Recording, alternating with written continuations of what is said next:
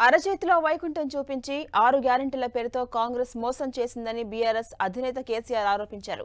జిల్లాలను రద్దు చేస్తామని సీఎం అంటున్నారని, అడ్డుకోవాలంటే బీఆర్ఎస్ ను గెలిపించాలన్నారు.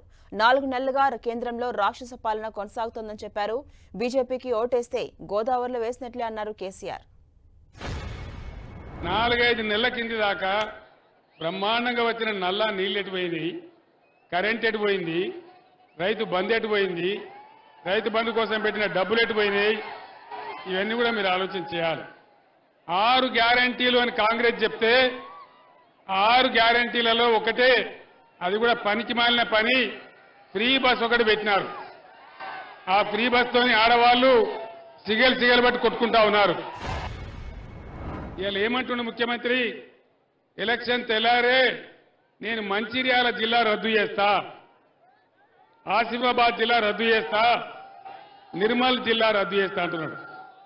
మీరందరూ ఇవాళ నేను ఈ సమావేశంలో ఉన్న మంది కాదు, టీవీలలో నా మాట వింటున్నటువంటి మంచిర్యాల ప్రజలను నేను కోరుతా ఉన్నా, మంచిర్యాల జిల్లా ఉండాలన్నా పోవన్నా,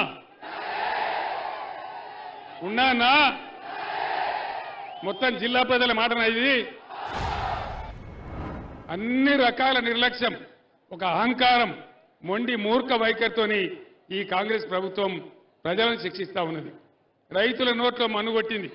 రైతాంగానికి రైతు బంధు ఇయ్యలే, సాగునీరు ఇయ్యలే, కరెంటు ఇయ్యలే, చివరికి వడ్లు కూడా కొంటలేదు.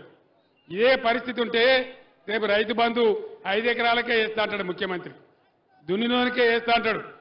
5 ఎకరాలంటే మరి 6వ ఎకరమోడు ఏం పాపం చేసిండు, 7వ ఎకరమోడు ఏం పాపం చేసిండు? 7 ఎకరాల వాళ్ళకి రావద్దా?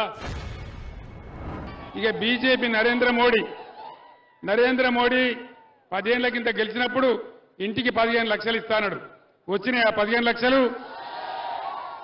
నిజంగా రాలేదా? వచ్చినాయట కదా మంచిర్యాలలో, రాలేదా?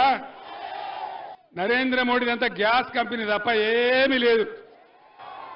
ఆ బీజేపీకి ఓడేసినా గోదాట్ల వాడేసినా ఒకటే.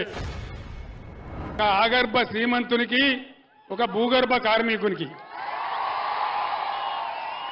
బాగా బలిసినటువంటి ఒక ఆగర్భ శ్రీమంతుడు ఇక్కడ 26 ఏళ్లు తట్టబట్టి లైట్ పెట్టుకొని బొగ్గు మోసినటువంటి భూగర్భ కార్మికుడు. మరి కార్మికుడు గెలవన్నా, ఆగర్భ శ్రీమంతుడు గెలవన్నా మీరు నిర్ణయించాలని మనవి చేస్తా ఉన్నా.